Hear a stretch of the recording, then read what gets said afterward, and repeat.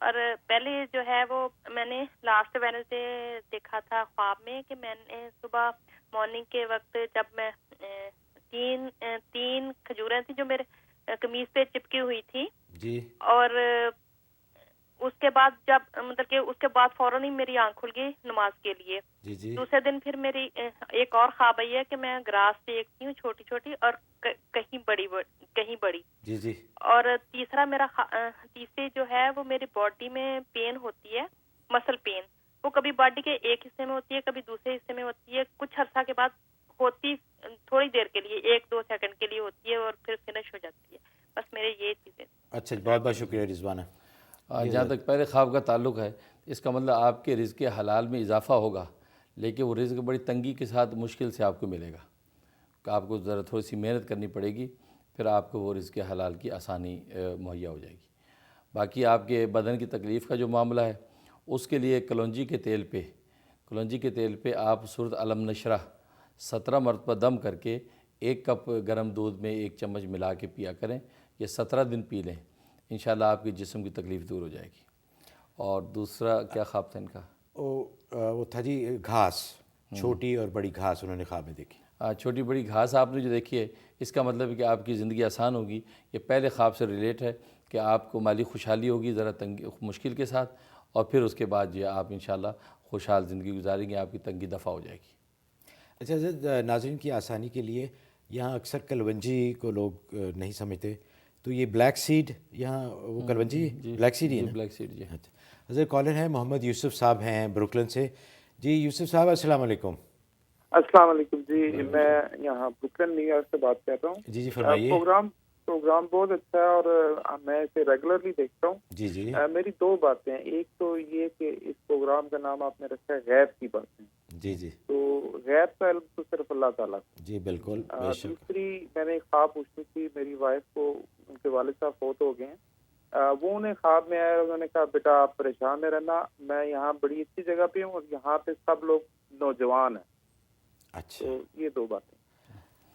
اچھا یوسف صاحب، میں اصل ان کے پہلے سوال کا، آپ نے شاید شروع کے پروگرام ہمارے نہیں دیکھے، تو اس میں جب جیسے ہی پروگرام کا آغاز ہوا تھا تو ہم نے اس میں یہ بات بڑی اچھی طرح واضح کر دی تھی کہ صرف اللہ کی ذات عالم الغیب ہے، کسی کے پاس غیب کا علم نہیں ہے. لیکن کچھ چیزیں ایسی ہیں زندگی کی، کچھ گوشے ایسے ہیں جو ہماری نظروں سے پوشیدہ ہیں، جن کے بارے میں ہم نہیں جانتے. اور اللہ تعالیٰ نے اپنے بندوں کو کچھ نبیوں کے ذریعے بتایا، اپنے اولیاء کے ذریعے بتایا، اور بہت ساری چیزیں علامات اور قرائن کے ذریعے لوگوں کو بتائیں.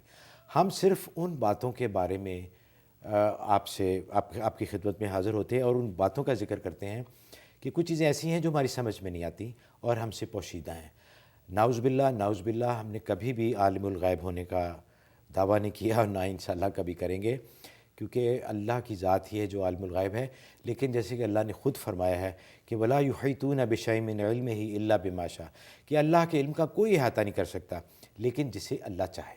تو اللہ نے اپنے نبیوں کو اپنا علم دیا، اپنے اولیاء کو، اپنے نیک بندوں کو اپنا علم دیا، اور بہت ساری چیزیں ہمارے سامنے ایسی ہوتی رہتی ہیں جس سے ہمیں کچھ اشارات ملتے ہیں کہ یہ چیزیں ایسے ہیں. تو ہم اس پروگرام میں ان چیزوں کے بارے میں بات کرتے ہیں، اس لیے اس کا نام غیب کی باتیں رکھا کہ زندگی کے ان گوشوں کے بارے میں ہم بات کرتے ہیں جو ہم سے پوشیدہ نہیں. ایک نظام ہے جو ہمیں نظر آ رہا ہے، ایک نظام ایسا ہے جو کہ ہمیں نظر نہیں آ رہا، لیکن وہ بہت ہی طاقتور نظام ہے.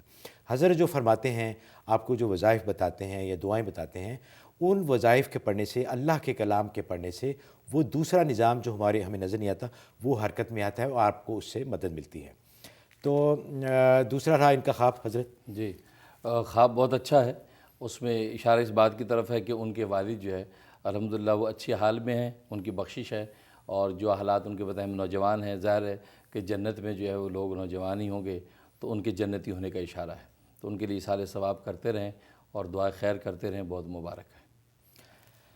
اچھا حضرت، وقت ختم ہو تو جی گھنٹہ جیسے آپ کو پتہ ہی گزر جاتا ہے. انشاءاللہ کوشش کریں گے کہ جیسے ہی موقع ملتا ہے اس پروگرام کا وقت بڑھائیں، کیونکہ بہت ساری کالیں رہ جاتی ہیں.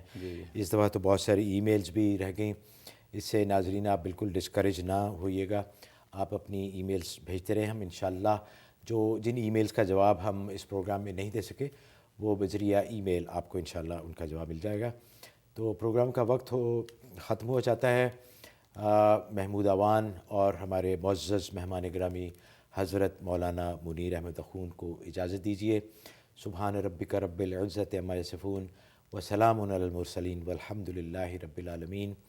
پروگرام کے دوران اگر اللہ اور اللہ کے بندوں کے حق میں کوئی کوتاہی ہو گئی ہو تو بندہ محمود اللہ اور بندوں سے معافی اور معذرت کا طلبگار ہے، اس امید کے ساتھ کہ آپ کی دعائیں اور آپ کی پذیرائی ہمارے ساتھ رہے گی۔ ہمیں اگلے اتوار تک کے لیے اجازت دیجیے۔ اللہ حافظ۔